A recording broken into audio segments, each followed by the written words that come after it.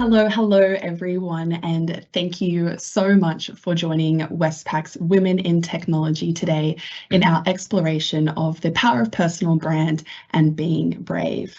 Before we begin, and wherever you are tuning in from today, I would like to acknowledge the traditional owners of country throughout Australia and recognise their continuing connection to land, waters and culture, and pay respects to their elders past, present and emerging.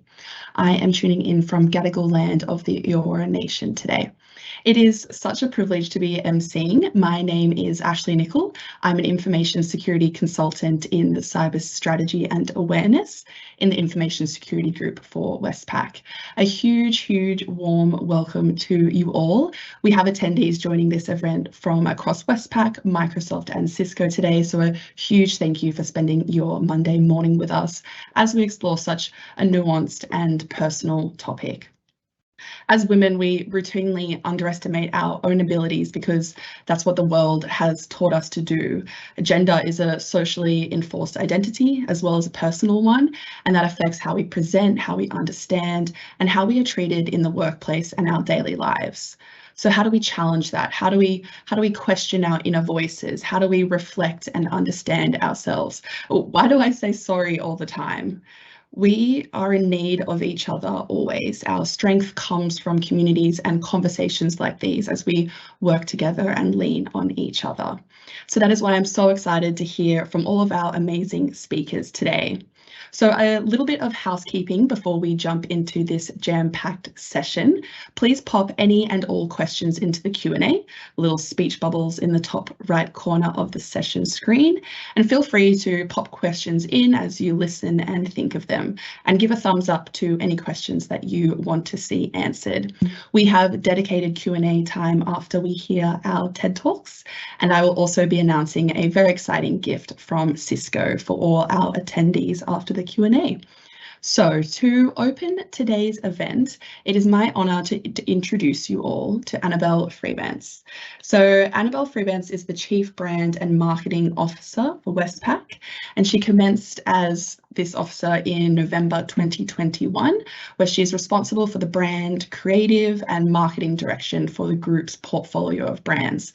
So that includes Westpac, BT, St George, Bank of Melbourne, Bank SA and Brands. Prior to joining Westpac, Annabel was the Chief Marketing Officer for Yum Foods in Singapore and has held strategy, brand and marketing roles for KFC, Pernod Ricard, McDonald's and Foster's Group. Annabel has a Bachelor of Commerce from the University of Western Australia, and she is currently a Director of Rams Home Loans. Thank you so much for joining us today, Annabel. Over to you. Hi guys, it's quite funny listening to my CV read out. So yes, I am a sandgroper. I'm a Western Australian for all of those who are also from WA, and a massive thank you to each and every one of you for coming to listen to my perspective as it relates to personal brands. So I'm just going to put my screen on. I'm hoping, Ashley, can I get a thumbs up? Can you see my Westpac Love Heart logo? I think that's a yes. Hopefully everyone can see my screen. Okay. Yes. Yep, we're good to go. Yes, Ash, we can begin. It's Varsha. Okay, wonderful. So as you all heard, I've spent my entire career working on brands, and so for 20 years I've been thinking about branding more than probably anything else in my life, which is quite extraordinary in itself, and it's something that's very close to my heart. And the reason that I love it is that powerful brands are like magnets. They attract people, they drive conversation, and they stand out above the rest. And so this idea of a brand is, for those who are not working in marketing, it's like, what does a brand actually mean? Well, a brand, from my perspective, is the emotional value and meaning that we put to the rational benefits of a product, or even a person, which is why we're here today. And what it enables us to do is it enables us to choose whether that brand, be it something, a product or a person, is the right fit for us. So I want to bring this to life a little bit, and let's have a think about a leather bag, for example. So a leather bag, rationally, it carries stuff. That's its primary function, is to carry things. This bag, it's made for some leather, it's got a bit of wood, it's got some metal, some stitching, some labour that went up, and functionally it costs about $200 potentially to make. So what happens to this leather bag when I actually add a brand to it? So let me start with Country Road. So we now have a Country Road bag, and this bag goes from a functional thing to carry something to a symbol of down to earth, a symbol of mainstream ease. And for many people, this is a brand or a leather bag that connects with them as the right fit, and they choose a Country Road bag. Now, what happens to this same leather bag if I add Gucci? Once again, it still carries things, but now it's a symbol of success, of affluence, of status. And some people, they choose this is the brand that's the right fit for them, and something that's worth $200 to make, they're now paying $4,000 for the same product. You can see here the power of the brand is that creation of value between the functionality of the bag and what someone pays for it. That gap between the $200 that the product cost to make and the $4,000, and I don't know if a Gucci bag's $4,000, but I think it's a lot of money. That is what brand is. It's the emotional value and the meaning that we bake into that brand. So let's give that a go again. Cars. Cars, like a bag, they have a functional role. They get you from A to B. All cars have stereo systems. Good ones probably have some mapping in there. They've got air conditioning. They're made of metal, some plastic, some wires. But as soon as you add a brand, the meaning of that car changes. So on the screen, you can see a Volvo. For some people, a Volvo is the right fit for them. It's a symbol of safety. It's a symbol of family. It's a symbol of care. You understand the values of this car. But if I change the same car to Mercedes, instantly it changes. And now it's a symbol of wealth, maturity, class. And different people choose different cars depending on what is the right fit, what's the right connection, and what symbol they want to project. And it's the same as if you go to where I used to play when I was working in fast food. If we take a hamburger, for example, if you're buying a grilled burger, it's a symbol of premium, indulgence, health.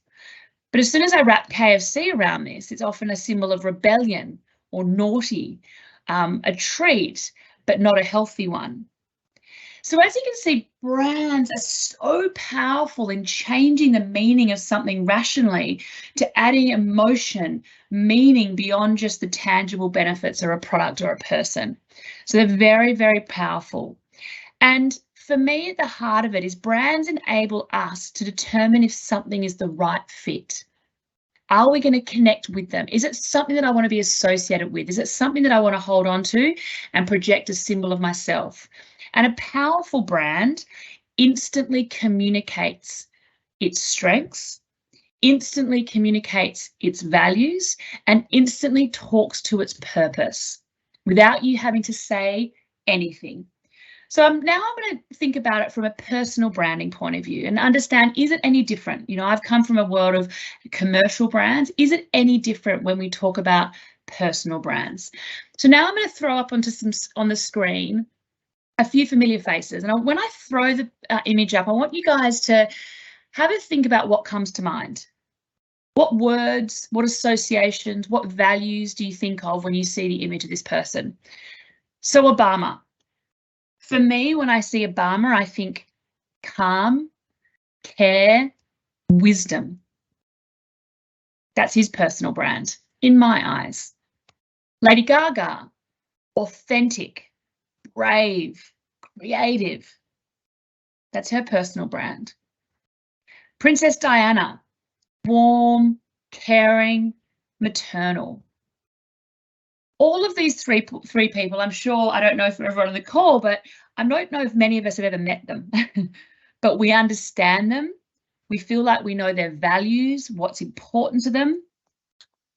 And famous people, better than anyone, truly understand the importance of personal branding because they know that the stronger a brand is, the easier it is for people to connect, to follow, to want to be associated, and ultimately the brand drives connection. More powerful brands have greater connections, more people following, and that's the same for a commercial product or a person. And the funny thing is, if we think about you, each and every one of you, you all also have a personal brand, even if you have never thought about it. And the reason being is if any one of your friends or family think about you, something comes to mind. Possibly a few things to come to mind, and that is your personal brand. People who know you get to know your values, what's important, your strengths, your purpose. And interesting, when you think about the first time you meet someone, maybe you bumped into someone at your kid's soccer game on the weekend. It's the personal brand of that individual that drives those first impressions. And as humans, we take both spoken and unspoken cues to derive meaning. And at the first impressions, we quickly, as humans, can go, that person's for me, or that person is not for me. And what you are doing is you are choosing on whether their personal brand is the right fit for you. Just like you choose Country Road or Gucci and I know they're an extreme, a lot of people are like, well, it's the money, but let's put that aside. You find what's the right fit. And so brands are really powerful in helping us figure out how to connect quickly with others. So this idea of the right fit is something that is really, really important to me, because when something is the right fit, and let's think about you for your personal brand, when your personal brand is fitting with an organization, with a job, you will find that you're actually the happiest, the most successful, the most productive, and enjoying both your personal and professional life the most. And this idea of my personal brand or your personal brand connecting and being the right fit with a product or with a job or an organization has come to me through a lot of career coaching. So where I am in my career, I have spent many, many hours with my gorgeous career coach. And one of the most powerful things that she got me to do, which I'm about to flash on screen, and excuse the pen, but you'll see here that it's literally out of my notebook. But it's this idea of a happiness map, and I would encourage all of you to have a go on it. And you can see there on the vertical axis, you've got sadness at the bottom and happiness at the top. And then you've got your life. You can see there that I'm 40 years old. So you can see there that I started at 30 years ago when I was 10, and I mapped my personal happiness in red and my work happiness in blue. And through doing this, what I came to understand, if I look at those lowlights, so if you look at the blue things at the bottom, so KFC Singapore and when I was working with Pernod Ricard, this is when I wasn't my happiest in my career. And what I identified is that it was because my personal brand, which is my values, my passion, my strengths and my purpose, were actually a mismatch with that organisation. So one of the key things about my personal brand is around taking risks, having autonomy. And I looked and reflected on these environments for both of those roles, and I was in a very constrained, stifling environment. And so the environment of where I was operating was actually a mismatch to my personal brand. And what you can see there is I was at my least happy or my most unhappy points in my career. But the key thing here is it didn't mean that I was a worse marketer. It didn't mean that I was less of an expert. It didn't mean that I was not good or adding value. It simply meant that my brand was not the right fit for the environment, the job, that business at that point in time. It was like, and I use the analogy, which is a poor one, but it's like a Country Road bag hanging out in Double Bay. It was the wrong fit. So in deeply understanding your personal brand, what it does, it enables you to connect faster with the right opportunities, the right jobs, the right friends, the right relationships. If you deeply understand yourself, your brand, what's important to you, it'll enable you to quickly connect with opportunities. And I'm going to give you another story to bring this to life. When I first got the call about the job for Westpac, I'd spent the last 20 years working in fast food and alcohol, and I was like, how on earth are they calling me? Why would they be calling me about a job with a financial services organisation? You know, I was deeply excited and wanted to do it, but I was questioning if I was the right fit. And the night before my interview with Peter King, who was our CEO, I was really nervous. I really wanted this job. And I was so nervous because I was like, well, it's a financial services business. They're fancy and they're posh and they're, you know, smart. And what am I? And how am I going to do this? And I had all this self-doubt and all this imposter syndrome and all these nerves that washed over me. And I rang a mentor friend of mine, a guy called Mike. And Mike said to me, he goes, Belle, you are a unique proposition. You are who you are. So what you need to do is make them know who this is. In the first 10 minutes, 5 minutes of this interview, you need to make sure they know exactly who you are. And if that is what they are looking for, you'll get the job. If it's not, you won't get the job, and that will not matter because it'll mean that you weren't the right fit for that organisation. So this idea of running towards yourself, and I was like, what he was talking about was personal brand. He was saying the worst that I could do was to be inauthentic, to not truly lean into who I am, because if I wasn't presenting Westpac with the truth of who Annabel is, and they were buying me and buying something that wasn't who I was, they would be unhappy because they thought they bought something else. I would be unhappy because I couldn't be my authentic self. And so to create that correct connection, I had to be true to who I am, quickly present my personal brand so Westpac and I could choose if we were the right fit. And the wonderful thing is, you guys know the end of this story, I did get the job. But even better, I have been able to be my true self since the day that I joined Westpac, because I was my authentic self through the organisation. I was honest about who I was, what I was good at, what I wasn't good at, and I ran towards that with brave vulnerability and authenticity. And that for me has enabled me to have the most joyful 18 months because I am the right fit for Westpac. So getting clear on your personal brand is really important, but I need to say it's not easy. It takes a lot of work, and you've got to keep chipping away at it to get really clear on who you are, what your values are, what your purpose is. And the more you can do it and work at it, the more you'll be able to be true to yourself every single day, and that is a wonderful place to be. So in the last few minutes, I just want to share with you the journey that I've been on to identify what my personal brand is, and just to give you some tools that could be helpful as you embark on the journey, or to help you if you're already trying to tighten your personal brand. So for me, personal brand is really the intersection of three things. You need to know what your strengths are, and you've got to know why they're your strengths. You need to understand what drives dopamine, and excuse my terrible, this is literally the notes from me and my career coach. You need to look at what drives dopamine, what brings you joy, what are you passionate about?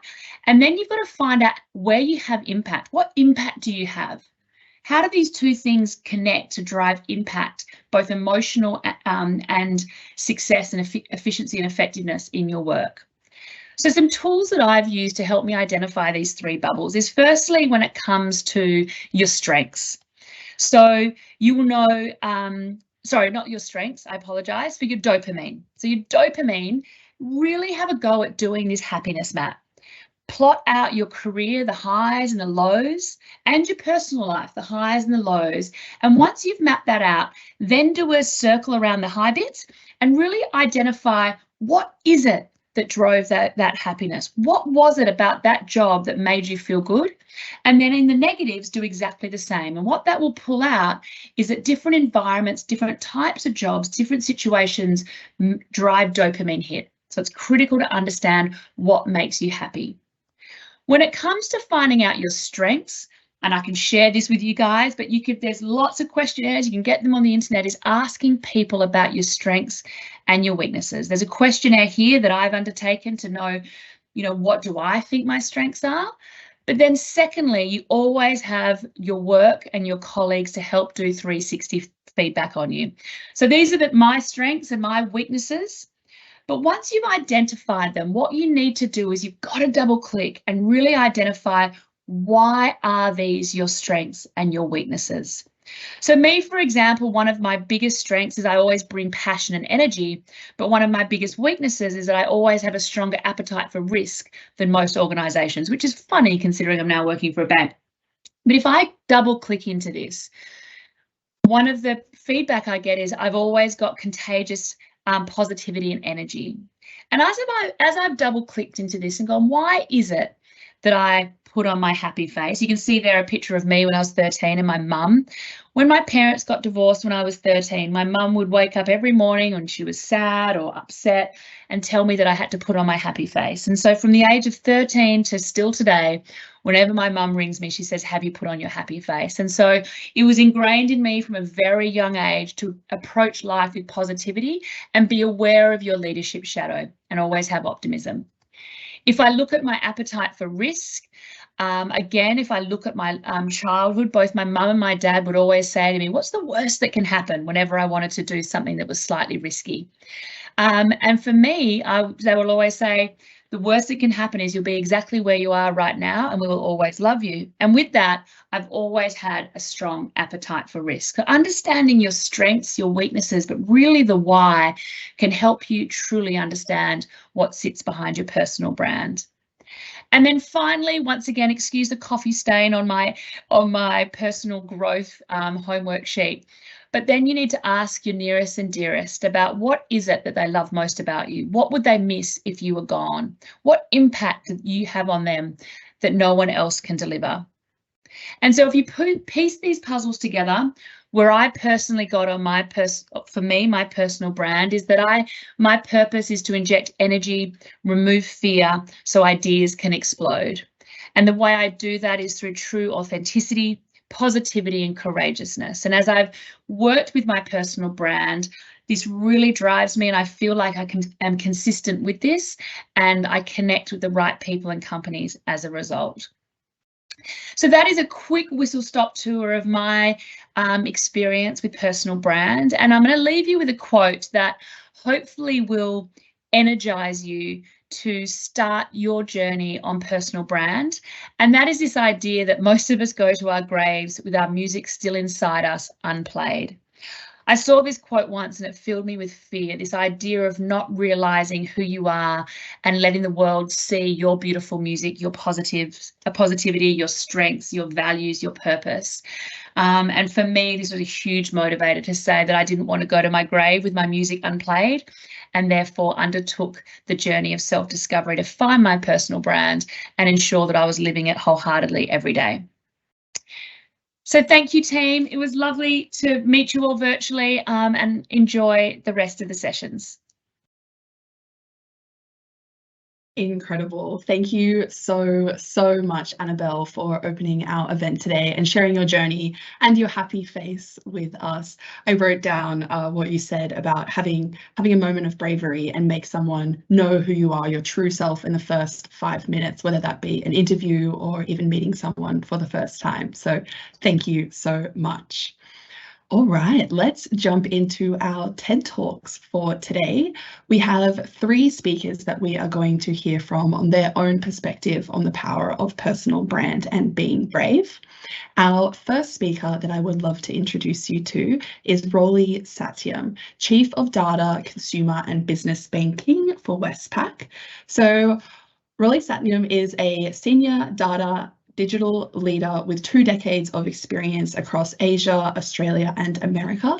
At present, she is Chief Data Officer of Westpac Consumer and Business Banking Division, and her role encompasses all aspects of data to ensure data is leveraged to drive positive customer outcomes and data risk is within appetite. In her extensive career, she co-led the successful data transformation of Woolies X, and that's Woolies' digital and data arm, driving optimization and innovation. Prior to that, Rolee was based in San Francisco, leading the digital and data plan for Walmart. And Rolee is very passionate about gender equity and purpose-driven work, and we are so grateful to hear her wisdom today. Thank you, Rolee. Thank you, Ash. And thank you, Belle. What passion and energy you bring to the room. Thank you so much. That was amazing. I was looking forward to it and it was just brilliant. And then secondly, thank you for having me. Just coming in here and talking about my journey is a privilege in itself. So I'll start my journey with personal brand. I'll start with a story. Like I clearly remember that morning when I was in San Francisco at that point of time. It was morning, 7 o'clock. I took my daughter, dropped her to daycare, and drove 20 miles to my work. I will not name the company. It was an important meeting. It was an early meeting, 8:30, and it was an important meeting, a meeting that I was preparing for a while, and a meeting that I thought I had the equity to make the decision because I had all the knowledge. I walked into that meeting huffing and puffing, not my true self. My hair was all over the place. I was not properly ready for the meeting. All moms would relate to that some days. And I walked in and sat there, and in a very quick span of time, few executives in the room spoke. I barely got a chance to put forward my thought on the table, and a decision was made.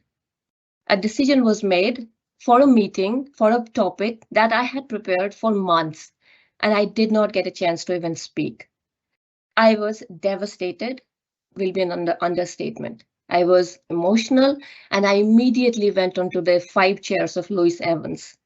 If you haven't seen the TED Talk of Louis Evans, let me walk you through. The first chair was a red chair, chair of attack, wherein I attacked everybody, from my husband to my daughter to my manager, everyone. You guys, this is an unkindful place, this world, this is really ungrateful.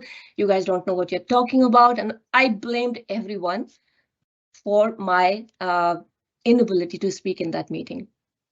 The next chair was yellow chair. That was a chair of self-loathing, wherein I blamed myself. I wasn't prepared. I did not reach on time. I did not have my coffee. I was not in the right frame of mind.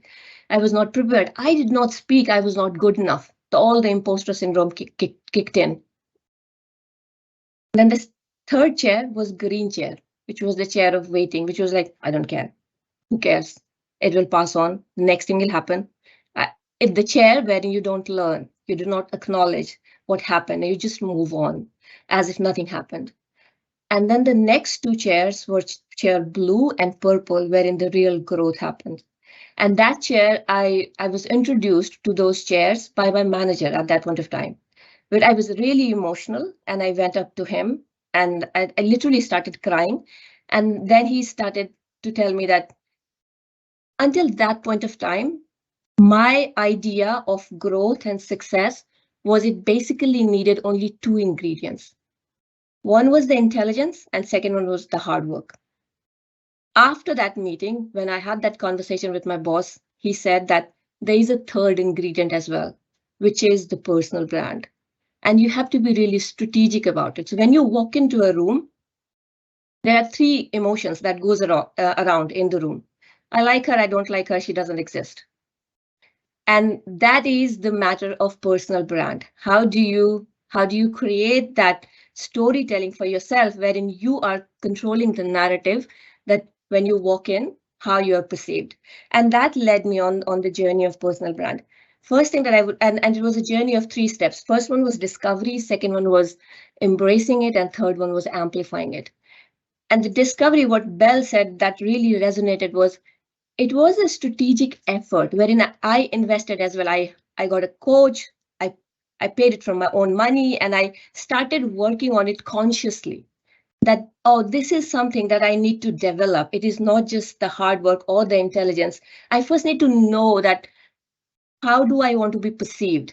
And when I say, how do I want to be perceived, not only in terms of the current state, that who I am currently, what role I play currently, but also the future self, who I want to become. And from the very beginning, when I had started my career journey, who I wanted to be was not tied to hierarchy or titles. It was always, I want to run a business end to end. That is my goal, and that is my goal still. So when I started working towards on the discovery of who I want to be with my coach, wherein I invested strategically on that part, we started to work together, those maps and the career discussions, wherein what brand am I leaving on the table? What is the story that people are talking about behind when I'm not in the room?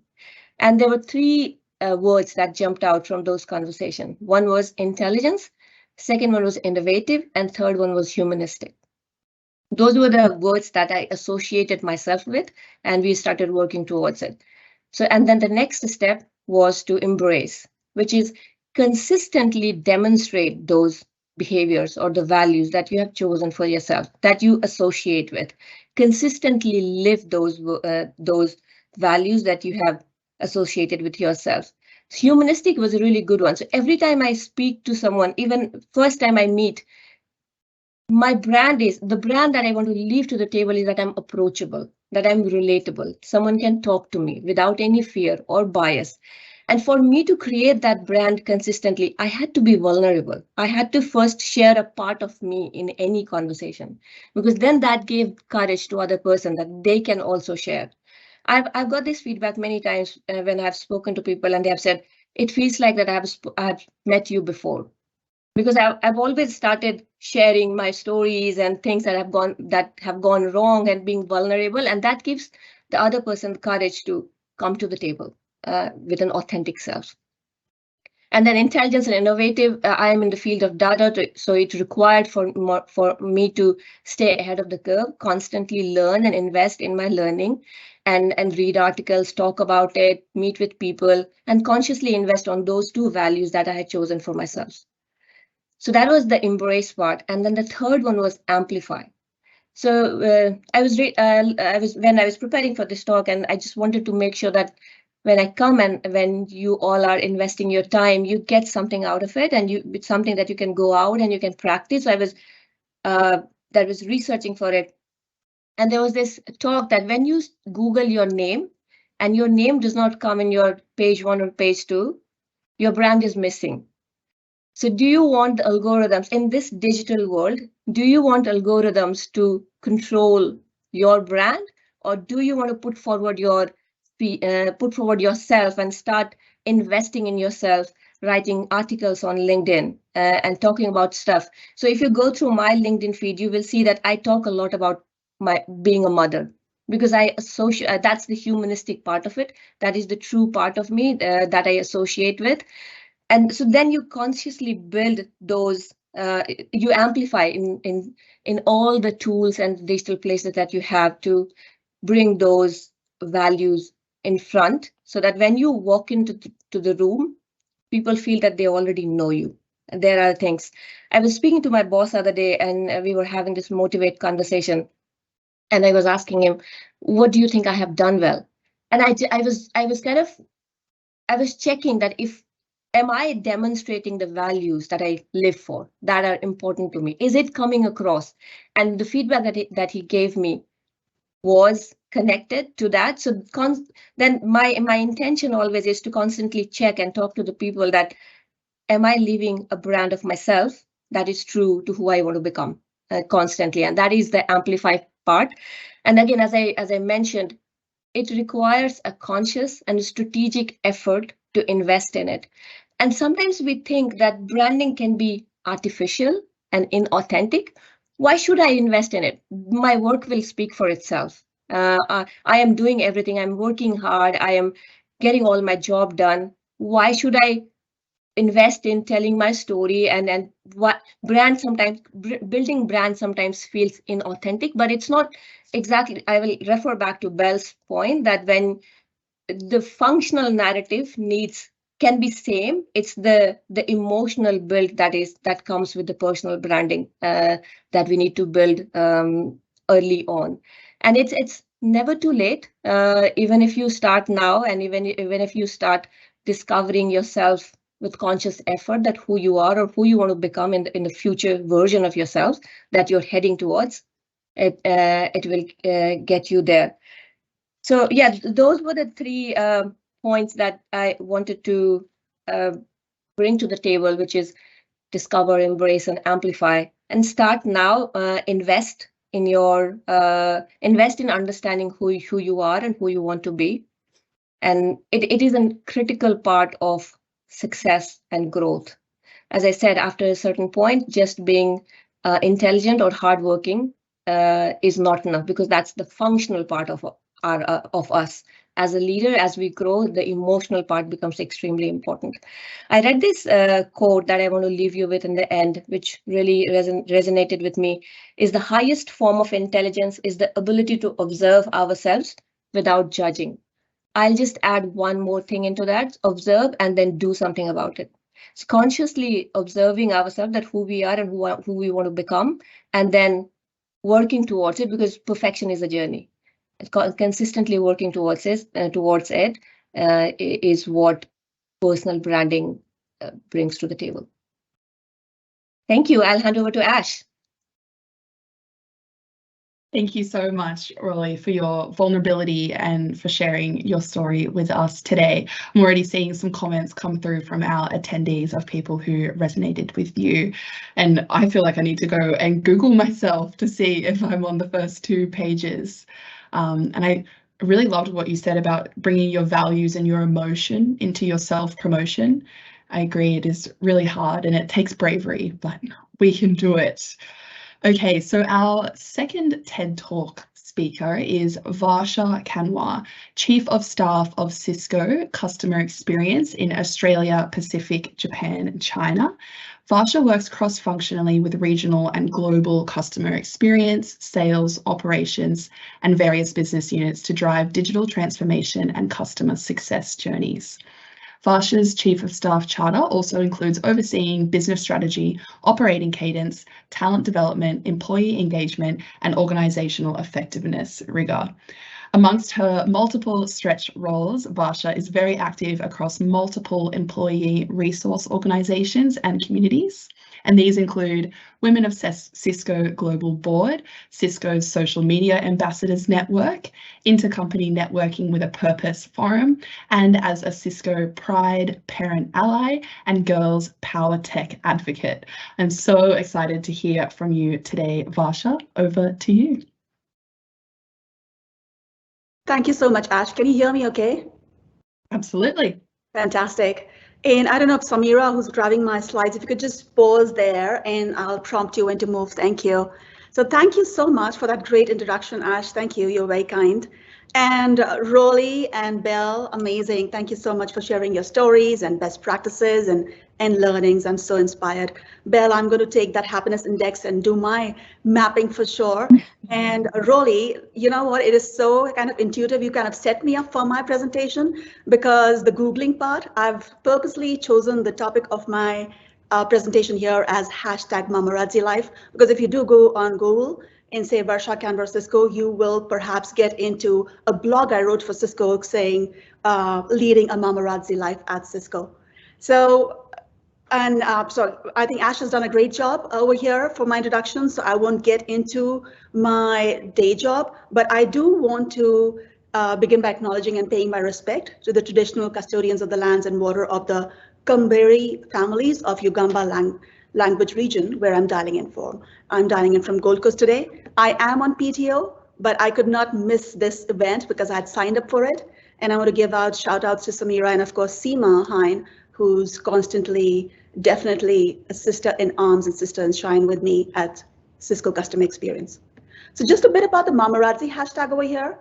Now, 7 years back, my daughter, who is almost 20 years old now, she and her friends coined this word for me because I would rock up with this big ass Canon camera at all her hockey games, Rolee, and that was also, I was in California at that time in the US. And I would capture moments and all, as you can imagine, being a hockey mom all over the place. And I would get them to do group shots. And I had my Apple iPhone too, and I asked them to do a boomerang. And Ria's friends turned around and looked at her and said, how does your mom know boomerang? And she says, don't ask, she's also on Snapchat. And they kind of coined it for me, Mamarazzi. And it kind of stuck on with friends and at work too, because as many, some of the people who've joined here from Cisco would attest to it, that I love creating, capturing, and celebrating moments that matter. Being an inherent connector and provider, I am passionate about connecting the unconnected and removing the barriers to brilliance. So, you know, we can bridge the gap between surviving and thriving at work in our life, and we can be our best selves individually and collectively. So let's go to the next slide over there. I do want to do, if you can just kind of build it out. I don't think, Samira, you have the right slides. I had sent you the latest one, but I'll just roll with it. That's okay. So what has kind of shaped me? Just like you, Rolee, you talked about the 3 frameworks. You know, for the personal brand, I believe for me, unlike Belle and you, I think you're very much evolved. For me, it's a learning journey. And this is the framework that I have used in life and at work. I call it, and I've learned it at Cisco, so credit to Cisco. It's called experience, exposure, and education. And how I look at my life or my work day is spending 70% of my time, especially at work, into our experience, 20% into exposure, and 10% into education. For me, very quickly explaining into how my life evolved, I was born in India, being an Air Force brat. My dad was a fighter pilot in the Air Force. We've moved around cities. I've lived across 4 continents, more than 25 cities, and learned a lot in that kind of manner, as you can imagine, moving schools, making new friends, and learning throughout that journey. The exposure bit is sometimes we forget. I know Belle and Rolee, you mentioned too, we sometimes forget where we come from. We forget we are more than our title. We are more than where we are now. And we forget those experiences, whether being an Air Force brat and learning the lessons of change is the only constant and there is power in diversity. That's some lessons I learned as a child, watching my father being an Air Force pilot and teaming up and coming together with his teammates and his commander and squadrons. Similarly, whether it's as a mother, I know you mentioned there, Rolee, being a mother. Also very quickly about myself personally. So I was a born Hindu and I fell in love with my husband who is a Christian and his dad is Muslim. And you know, that's a typical kind of an Indian mishmash, but it was such a taboo earlier on, and now like that's the normal. So learning from that whole exposure, looking up, looking around, and not undermining what makes you who you are and owning your authentic self. And of course, the education. I mean, as a working person, as most of you can relate, how do we keep up? There's enough for all of us to do, but there's only so many hours. So how do we kind of divide our time between being curious and having that learning and growth mindset? And how I do actually very quickly is on a Friday, I look at my calendar ahead and I look at how do I want to plan my week. 70% of my time, I look at my meetings, where am I spending time? It is work related, like my day job. Exposure portion is some of what Ash mentioned, participating in the employee resource organizations, mentoring, being mentored, having a coach, joining these kind of events that are there, and kind of making myself ensure that I'm learning, but also giving back to the future generation and to the women and men around me. And of course, education, at least 10%, whether it's 2 hours on a Friday or a Monday, looking at different reading blogs or a book, or to Rolee's point, publishing a small article, or even responding, right? And kind of having that social presence. So that's one of the mechanisms I use for my kind of personal brand. If you can go ahead, I'll just check if you have the right slides, otherwise I'll have to share. Yeah, that's perfect. This is fine. Now, very quickly on my career. Yes, I purposely called it the Jungle Gym career. Starting in India, I have been a teacher, a nurse, I've modeled, done event management, web designing, and no, I'm not a cat. But I've kind of led a cat's life in terms of career. Before I joined Cisco, I had about 8 different careers. And it's not that I am adventurous, frankly speaking. It was because, you know, they have this quote saying, you can't be what you can't see. And growing up as a girl child in India, long back, decades back, I'm going to be 50 very soon this year. At that time, I didn't have that exposure. I did not kind of have that vision. All that I'd aspire, frankly speaking, was get married, have 3 kids, and maybe become a teacher. And that's what I thought. I was breaking barriers and, you know, being really, really brave out there. But I'm so thankful after having immigrated to Australia and I worked at ANZ Bank. I worked also a nurse actually before ANZ Bank, and then I was pregnant and I had to move. We were also first generation immigrants. So making sure that, you know, you got to earn money because it wasn't easy to kind of continue the education out here without being citizens here. Amazing journey through the banking, and then I found Cisco. And just to Belle's point, as she was referring to Westpac, I've been loving the day I joined, the first day till now, 16 years almost at Cisco. And I love where I work and I love who I work with. Very quickly, 3 takeaways from this before we move to my last slide. No experience is wasted. You know, as you can see, all the turns and the troughs and the highs and the lows, and you know, oftentimes we kind of see around us, and it's good to learn from each other, but oftentimes we get caught into this thing about, oh, Rolee's done this, or Belle's done this, or we started together, and you know, what's your title? But we each have our unique journey. And there are times and circumstances and choices that we make, but it is unique to us, and just as it should be. So enjoy the journey. Don't just wait on the destination. Don't just wait on that next title or that next role or that next house to kind of enjoy where you are and kind of bring that joy to Belle's point. Joy or happiness, I believe, is a choice that we make every day. Second, career growth, what I have learned from my experience is it's a balance between performance currency and relationship currency. What I have, I'll kind of post the links here very soon and I'll send it to Ash too. I don't know if you have heard about Carla Harris. She speaks about it amazingly. You know, building your brand early in the career, or even for me, I've realized when I've moved countries, even with, I was with Cisco, I moved 7 years, I was with Cisco in Australia, then I moved to the US and I was there 7 years and I've just come back 2 years back. But even though I moved in Cisco, I had to kind of rework and earn the trust, build the credibility, build my brand. And to Rolee's point, it is ever changing. So, you know, how do you kind of do that? You have to kind of balance, make sure you are performing, you are doing your work, you are showing up, whether it's in your job or through stretch roles, and then also leveraging the relationship currency. And your network is your net worth. Believe me, ladies and guys who are joining here, all the roles that you see, I've done about 7 roles at Cisco. And it has been not just because I saw a role advertised, it was mostly because somebody in the network, and especially in Women of Cisco, they kind of said, I'll just quickly talk about the first role when I was in the field support relationship manager role. And there was a Women of Cisco peer of mine who was also a mentor. And she said, you know what, Varsha? You bring people together, you solve problems, you make things happen. I think you'll be great for this project manager role, which is in globalization team in technical services. I had no idea what technical services, I'd not seen that role, I'd not even done my PMP. And she took a chance on me, she introduced me, opened a door and a window, and I took that step and there was no looking back. And I've kind of moved from project manager to program manager to PMO office lead to chief of staff, and now where I am. The third lesson, and then we can move to the next one, is just around the experience, exposure, education. So kind of keep that in mind. That's one of the practical tips is 70% of your time are you spending in your day job, what is required by a team, by a business, by our customers. 20% of your time do take out to give back, to learn, to invest, to show up to events and put yourself out there. And 10% in your education.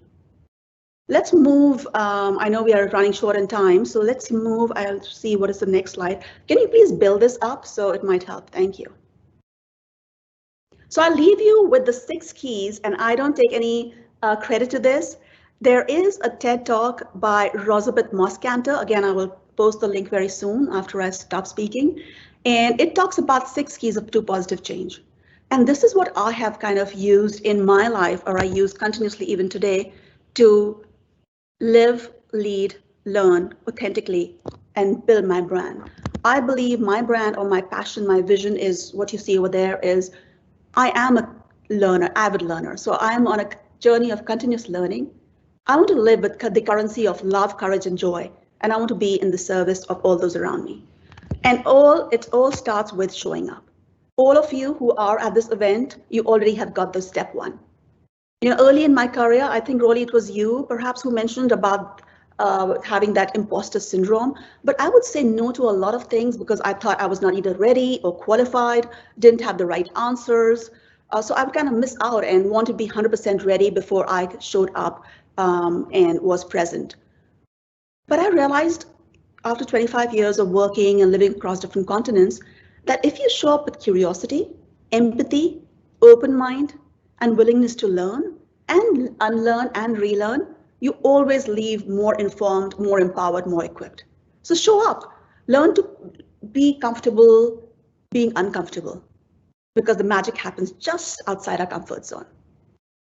When you show up, do speak up. I'm so grateful for one of my managers who told me early in my career that, you know what, if you are given a seat at the table, if you're invited to a table and you don't speak a word during that time, you are wasting the privilege of your voice, and you're wasting that moment to build your presence, your brand, and to give back.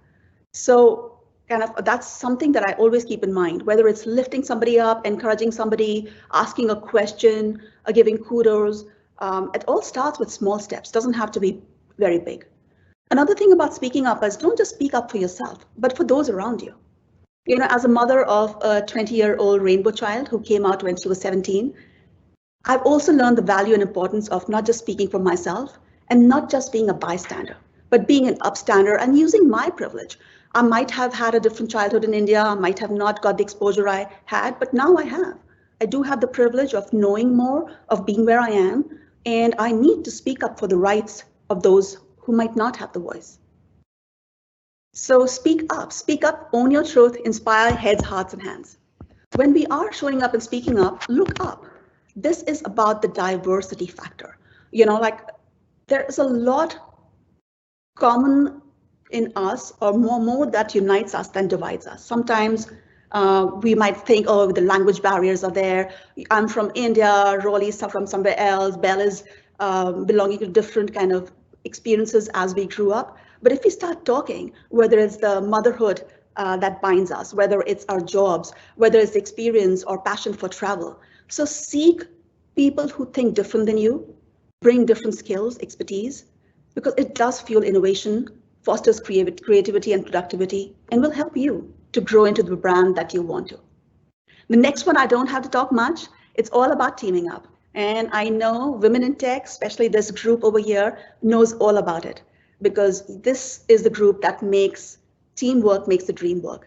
And I want to congratulate the Westpac team. I know there was some industry recognition that you all just received, so congratulations on that. The last two, lifting each other up and never giving up. Our career is a journey, it's not a destination. And there's plenty of opportunities for all of us to grow and achieve our dreams.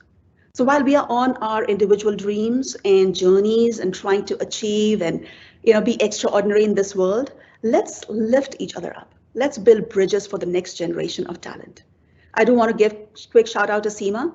Seema is the one from Cisco who actually volunteered me for this opportunity.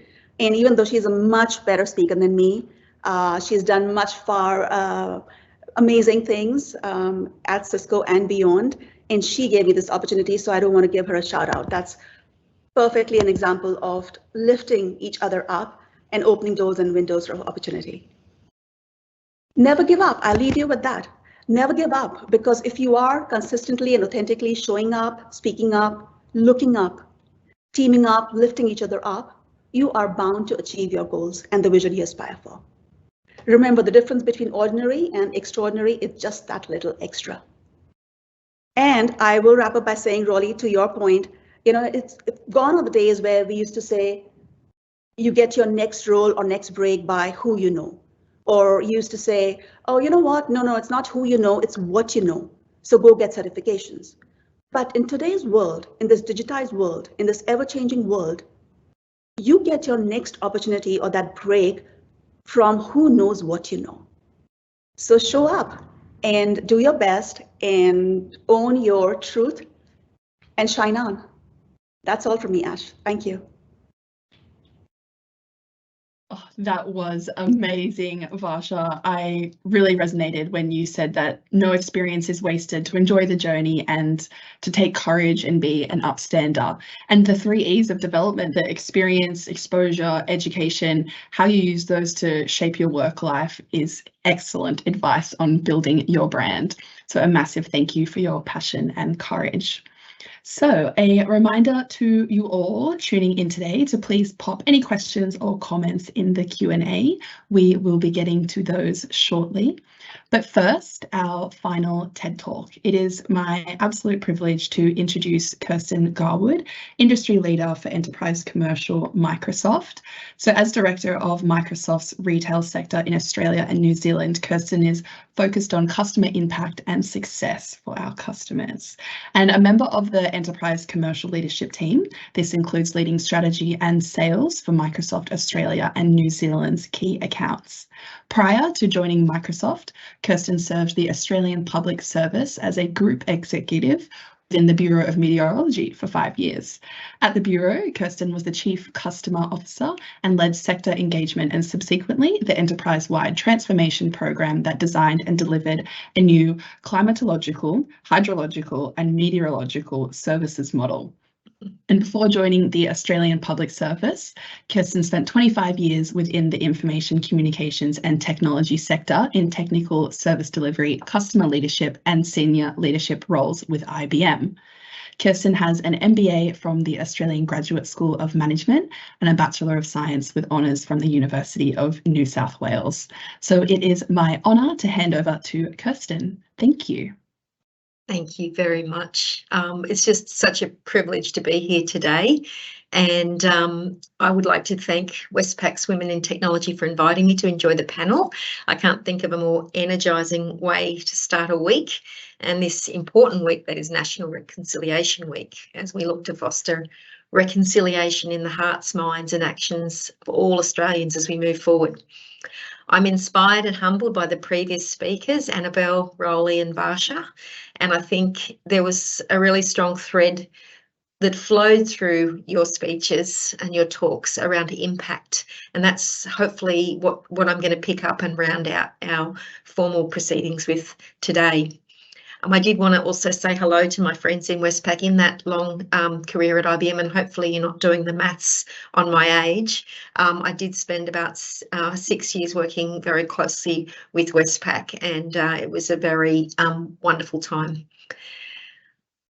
In preparing for today, of course, as a Microsoft leader, I needed to check in with OpenAI and see what I could find out about personal brand. So I tried a couple of prompts. Prompt 1, I just asked the question, what is a personal brand? And there was a 10-point plan that was returned, which was great. What makes you unique? Who is your target audience? Develop a consistent brand impact, craft your brand story, establish an online presence, provide value through content, engage with your audience, showcase your expertise, seek endorsement and testimonials, and monitor and manage your brand. That was all good, but quite a bit to digest. So then I asked OpenAI to summarise in just a 3-point plan. Prompt 2 gave me back 3 points. Define your brand, establish an online presence, and network and collaborate.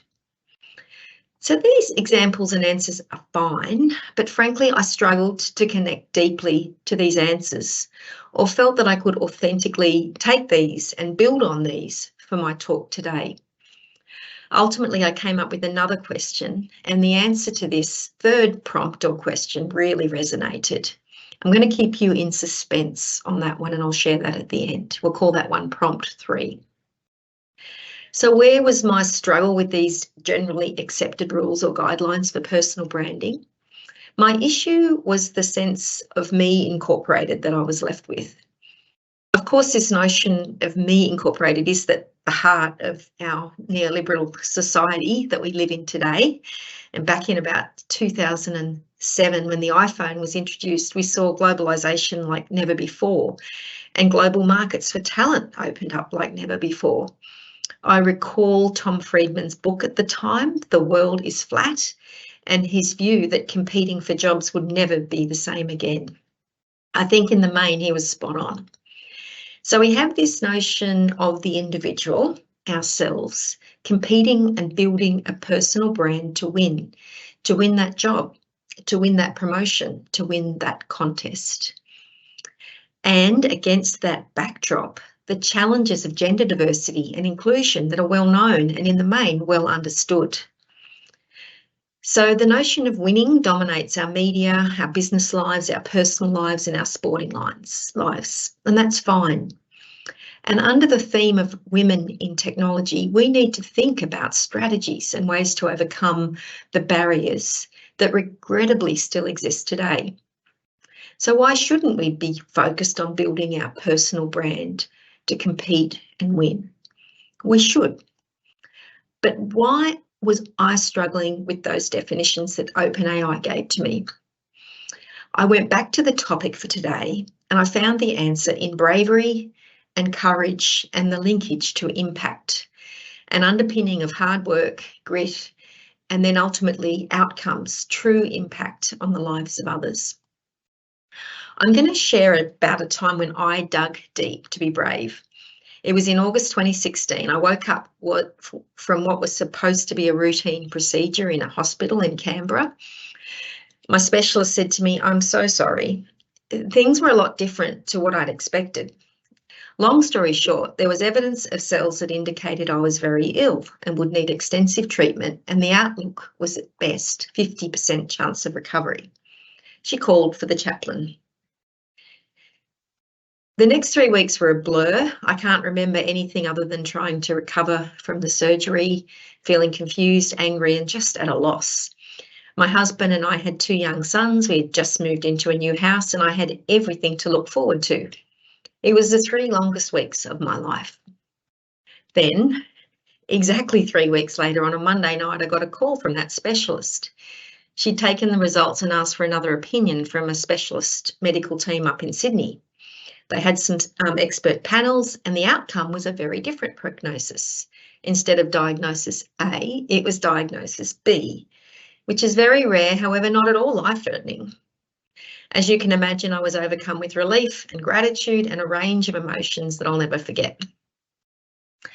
After that experience, I developed a much deeper connection to purpose. And when I think about bravery, it conjures up that time when courage really mattered. My gratitude for the medical profession and their impact on me in my life was limitless. That experience changed my perspective on purpose. And when I got a phone call out of the blue in early 2017 to see if I'd be interested to be part of a transformation that was unfolding at the Bureau of Meteorology, I jumped at the opportunity. I'd spent a wonderful career thus far in IBM and was very happy in my role. However, I think I responded very differently as a result of that experience back in 2016 than perhaps I would have in the past. The transformation was about uplifting the capability of the Bureau across skills, systems and processes to contribute to 0 lives lost and $2 billion in social and economic value. It was a compelling and tough mission. Before the change journey commenced, the Bureau had evolved over 110 years to serve and respond to the needs of the Australian community and critical sectors including emergency services, aviation, national security, agriculture, energy and resources and water. Working largely within state and territory boundaries, the organisation was facing unprecedented change on a range of fronts in addition to science and technology, including changes in demography, societal values and norms. Also, changes in weather and climate were presenting extremes of weather more frequently and with greater intensity, as we've all experienced recently with bushfires, floods and other natural disasters. The CEO and our leadership team recognised that to deliver maximum value and impact for Australians, we needed to strengthen our services. And in 2018, we embarked on this program to become even more connected with local communities, sharing customised insights and data to help Australians make more informed decisions, working with partners such as emergency services to protect the lives and the livelihoods of all Australians. It was an important mission. Not long after I started, I learned of a deeply personal connection to that mission and the impact we were working to deliver. I knew that my dad had lost his grandmother when his father was very young in McCabe. I had no idea to that background of her death. It turns out that she died after wading through torrential waters to save her 3 young sons, my grandfather Dave and his brothers Andy and Kirsten, after a massive tropical cyclone had struck McCabe in 1918. Here's a small excerpt from the History Archive. The cyclone crossed the coast and hit McCabe on 20th of January 1918 with wind gusts estimated at 195 kilometres per hour. 30 people were killed in Mackay and in Rockhampton. A storm surge created waves of up to 2.7 metres, which broke in the centre of the town. My great-grandmother was not one of those that drowned on the day. However, she died several months later, suspected to have contracted an illness from the floodwaters that she waded through to save her sons. So that opportunity to join the Bureau and work with this organisation was aligned deeply to impact and purpose, connected with my past and my aspirations for the future to protect and improve the lives of Australians. After 5 wonderful years working with the Australian Public Service at the Bureau, I made the decision to join Microsoft, and I joined last November. Having loved leading the transformation at the Bureau, I'd witnessed from a distance another transformation underway in Microsoft under Satya Nadella's amazing leadership. At Microsoft, our mission is to empower every person and every organisation on the planet to achieve more. Think about it. This is very different to Bill Gates's founding mission in the 1980s to put a computer on every desk in every home. As with the Bureau, the opportunity to create impact for this mission is truly compelling. I was inspired by the unfolding work in Microsoft, for example, the support they were providing to Ukraine and in other important ways in Australia and around the globe. Just on the weekend, I was listening to one of our leaders talking at an event focused on governance for AI. He described some of the ways that AI has improved people's lives, including helping save individuals' eyesight, making progress on new cures for cancer, generating new insights about proteins, and providing predictions to help people from hazardous weather, protect people from hazardous weather, like the cyclone I described earlier in my talk, and fending off cyber attacks and protecting fundamental human rights, as I referenced earlier in the case of Ukraine. So if we think about these examples, the Bureau in saving lives and contributing to economic impact, Microsoft in empowering others, we can respond to the feeling or how the organisation makes us feel, these brands. Our personal brand is no different. How do people feel about us? What is our story and the impact that we've made in that story? For me, the power of a personal brand comes from impact, and that takes hard work, grit, and ultimately is what people will feel about you and recognise about your contribution and how you show up in the workplace, in your community, and in your social and sporting settings. I'm now at Microsoft turning myself to an exciting new area of interest and to focus and build out and grow my impact, and that is in the area of diversity and inclusion. I've recently been inspired and moved to learn more about how we think about allyship and allyship as a practice that is truly inclusive. So I like to think about a personal brand as less about me Inc. and more about Inc. Me, where the Inc. stands for inclusive. That is a topic for a whole other day. However, I will use it to segue to my third prompt that I promised to OpenAI to learn about personal brand.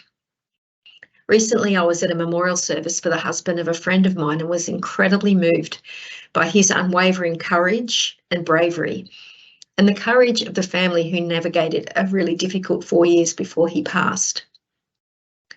He's a person who I admire greatly. He had a great impact across many walks of life. One could say that he had an outstanding personal brand. In the service, there was reference to stoicism and the grace, and there were many wonderful speeches about his contributions. And it gave me pause to think and reflect about Marcus Aurelius, who had a reputation as the father of stoicism. So in closing, the third prompt I gave to OpenAI specifically was, what was Marcus Aurelius's personal brand like? Now, for this prompt, the answer really resonated. It's a little lengthy, but I'll just highlight some of the elements. sought to live a virtuous life guided by reason, self-discipline and inner tranquility, practiced moral excellence, prioritised the well-being of his people, and implemented policies to promote fairness and justice. His personal brand emphasised resilience, fortitude, and the ability to remain steadfast in the face of adversity, courage.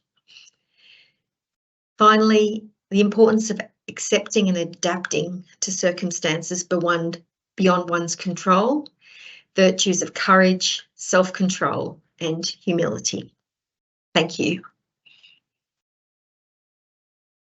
Thank you so much for sharing such a personal and powerful story with us today, Kirsten. I think those Stoic principles are definitely going to stay with me. So a huge thank you to our 3 guest speakers today. As Varsha said, I'm feeling so pumped up. I'm so glad that we had this event on a Monday morning. We're all ready to take control of the week. So we're going to jump into Q&A. It's going to be, we'll probably have about 10-15 minutes of Q&A, but we do have another speaker joining us for the Q&A, Helen McCabe, founder of Future Women. So Helen founded Future Women back in 2018, and she's a former journalist, magazine editor, and digital media executive. Helen began her career in politics, working in the press gallery, and spent 15 years at News Corp before being appointed editor-in-chief of the Australian Women's Weekly in 2009. In 2015, Helen was named Editor of the Year at the Publish Awards and delivered the Andrew Ollie Lecture on Journalism.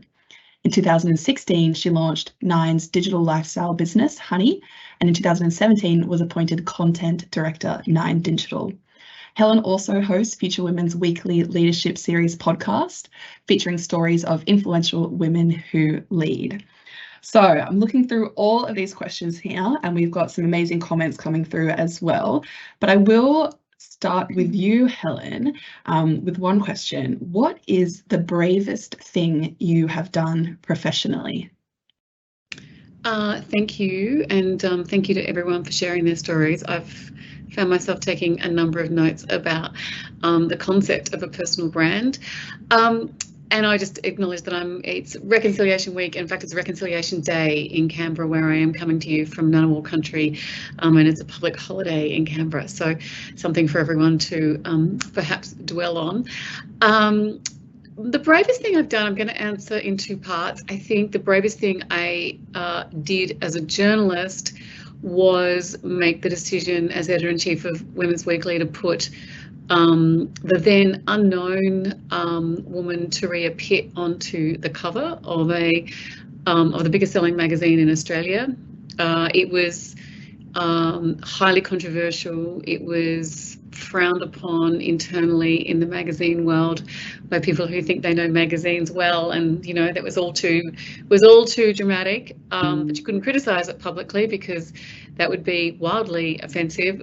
So I was under a unique amount of pressure the morning that magazine went global, and it did go global. It was reported everywhere, and I'm proud to say that not only did sales go up, and this was in an era where women of colour were very, very rarely put on the cover. In fact, it was a constant refrain inside the halls of magazines that they wouldn't sell copies of the magazine, and anyone who wasn't Rebecca Gibney, the Queen, not the Queen, Rebecca Gibney, Kate Middleton,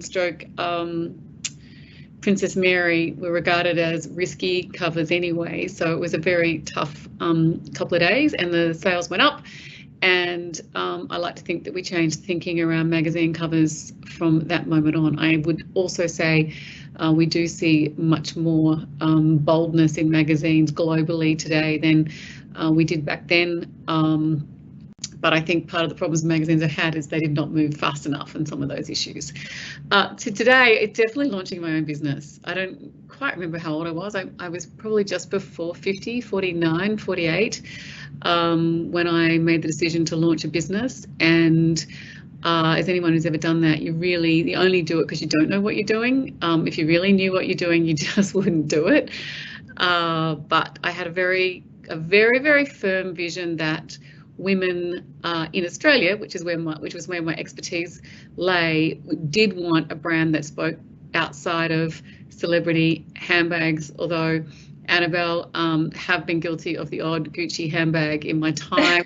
Handbag. I dream for Gucci. I'm still on Country Road. Hopefully Country Road too. Outside of handbag, shoes, celebrity gossip, and royal stories. So I had this vision that there were women piling out of their schools and into university at an incredible rate, getting degrees, getting more degrees and better results than their male contemporaries, and then flowing into the mid ranks of companies all over Australia who were looking for conversations like this. So cut to today, we have approximately 35 to 40, maybe 50 staff in my orbit at Future Women, and it's been a remarkable time. Thank you. No, a very impressive legacy, and thank you so much for jumping on the call with us today as well. Alrighty, we have a question for Annabel. You mentioned that you have a career coach. How did you find him, and what do you do in your sessions with them? So Helen, who is my career coach, who I love deeply, she was actually referred to me from a girlfriend when I was in a really tough point of my career. I wasn't getting the dopamine. I wasn't feeling like I was growing. I felt really lost. I wanted to throw everything in and just quit and climb into bed and hide. So she recommended her. But in terms of my team, I know Westpac have coaches on panels. When I say on panels, like you can choose to find the right fit for you, going back to that personal branding and getting the right fit. So I can't recommend it more highly. My experience, Helen was a psychologist by trade, and then she went into career development. So I'd go into a session, she goes, do you want to bitch about your husband, or do you want to talk about work? And I'm like, that's an interesting debate. Anyway, I usually spoke about work, but it uses a lot about psychology. And the time that I spent with her, and I still see her probably about once a month, and I saw her like 4 hours leading up to starting this job. I spent a lot of time on personal brand or finding my personal purpose, and really understanding why was I the way that I was? And so, for example, this idea that I have a risk appetite that's usually greater than some organisations, and I used to get lots of feedback that I push companies too hard and I'm trying to do too many things that are pushing the organisation. I think, exactly what Helen just spoke about in terms of her experience in pushing the magazine to go into this brave space, and you kind of see this as a negative, and it was like, well, you push too hard, you're too risky, and blah, blah, blah. And it was really that sort of self-discovery. So spending a lot of time understanding why you are the way you are, why do you behave, what triggers you, when you go into a negative space, what is it that triggers you? So I spent a lot of time just about self-awareness. But because I was feeling so lost in my career, what it enabled me to do is to get a really clear understanding of what was important to me, what type of job did I need to feel fulfilled, and where did I add value. And so it went back to me where I found Westpac was I was speaking to a number of companies, but I wanted to find that right fit where I could be truly true to who I was. And I couldn't identify that until I knew who I was. And so a lot of it was around self-discovery of why you have strengths, what's driven them, where do your weaknesses come from? Because weaknesses are a perception of those who see them. So my risk appetite for some is seen as a great strength, and for others it's seen as a weakness. So that's where I spent most of my time. And with my purpose in terms of injecting energy and removing fears so ideas can flourish, it's not right yet, but it enables me to amplify things that I know have impact. When I did the conversation with my friends who are nearest and dearest, and I was like, what is it about me that how do I make you feel that others don't? And they're like, oh, Belle, you make us feel invincible, like we can do anything. And so in knowing that, I now know to lean into that strength because it's part of my brand. What makes me, from that leather bag to the $4,000 Gucci, it's where I add value and meaning and emotion. So it's that I spend a lot of time and still do. And it's ultimately about trying to make you happier in your day-to-day job. That was a long-winded answer, sorry. No, don't apologise. It was an excellent answer. Okay, we have a question for Rolee, and we've had some wonderful comments come through as well, but we've had a couple that ask you, Rolee, how do you find balance between your role as a mother and your career? Some people are saying that they find it quite challenging. Yeah, that's a really good question. First of all, motherhood is an integral part of me. Like I really enjoy. It's a decision that I have made, and I chose to be a mother, and I really enjoy that, which is why I kind of demonstrate that. Other day, I saw an article wherein Qantas CEO. There was an article written on Qantas CEO, and she was introduced as, in the first line, a mother of two, and there was some debate around why she was introduced as mother of two. No male CEO would be introduced like that. And my comment to that was, but that is an integral part of me. If someone introduces me like that, I will appreciate that. I will acknowledge that, and I will like that. So first of all, it's a really integral part of me. Second, in terms of balance, no, you can't balance. And balance is an extremely misleading sentence. Women particularly are always expected to balance everything. My perspective on that is, at times when I'm at work, I have to zone in, and I have to go and work and focus on that. And then when I go home and when I'm with my kids, then I disconnect, and then I zone in on my kids, and I focus, and I do that one thing really well at that point of time. Other times, coming to that question, we need a support network. We can't do everything ourselves. So in that, then we need to invest in terms of creating that support network, so that we have the backup plan, wherein when we are zoning in our professional area, then there is someone who can look after the kids and do that job well as well. So that support network can be in terms of your partner or your parents or someone that you pay for, but that it's needed. The word balance immediately kind of assumes that you have to do both those things really well all the time. No, that's not going to happen. You're going to break yourself, and that is not the. At times you will have to zone in one particular aspect of it and do it really well, and then zone into the other aspect of it. And to do that both parts really well, at times you need a support network, and that's how I have kind of survived. I went back to work after 4 months when my daughter was born, and it was a conscious decision because as I said, I really enjoy working, so I went back. But then I figured out, how can I create a support network so that I can do the motherhood part also well. And same thing when I had my son, I went back to work after 2 months.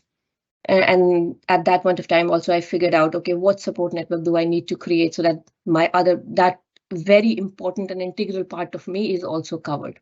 So yeah, my summary of my answer would be, let's not look for balance. Let's look for excellence in particular areas, and then create a support network to help us. And there's nothing wrong to seek support, and because it's impossible to do everything absolutely correct at all the time. Absolutely. Thank you so much. Okay, unfortunately, we don't have a lot of time for questions today. So before I hand over to Miranda, I do want to share a couple of exciting things with you all. As Varsha mentioned, this week, Westpac's Women in Tech was industry recognised, which was really, really exciting. We were awarded a merit certificate as an acknowledgement of outstanding leadership and steadfast commitment to fostering diversity, equity and inclusion to play a pivotal role in the success of your workplace environment. The awards ceremony hosted 650 people and received 120 nominations. And Westpac's Women in Technology Chair, Samira Bashir, was there to collect the award in person in Melbourne. So a big shout out to Samira for all of her efforts as the Women in Tech Chair. It's a huge role that she fills, and events like today would not be possible without her. So I teased a little bit of a gift to us from Cisco at the beginning of today's session. They are giving all of our attendees today access to Networking Academy. And so Networking Academy is an IT, cybersecurity and tech education program that is open to us free of charge. So you can see a couple of links and some more info on the screen now, but it'll use it to connect to courses, tools, resources, as well as a network. So we can use this as a bridge to education, career, and beyond. And we will share all of the links and instructions with you all, so keep an eye out, email and Yammer. And a thank you to Cisco. So we are going to close off today's event with our final speaker, Miranda Ratajski, CIO of Group Business Units for Westpac.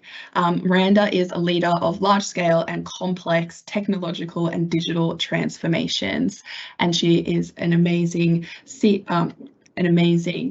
employee who I love to hear from at all of our events. So over to you, Miranda. Thank you so much for closing today's event.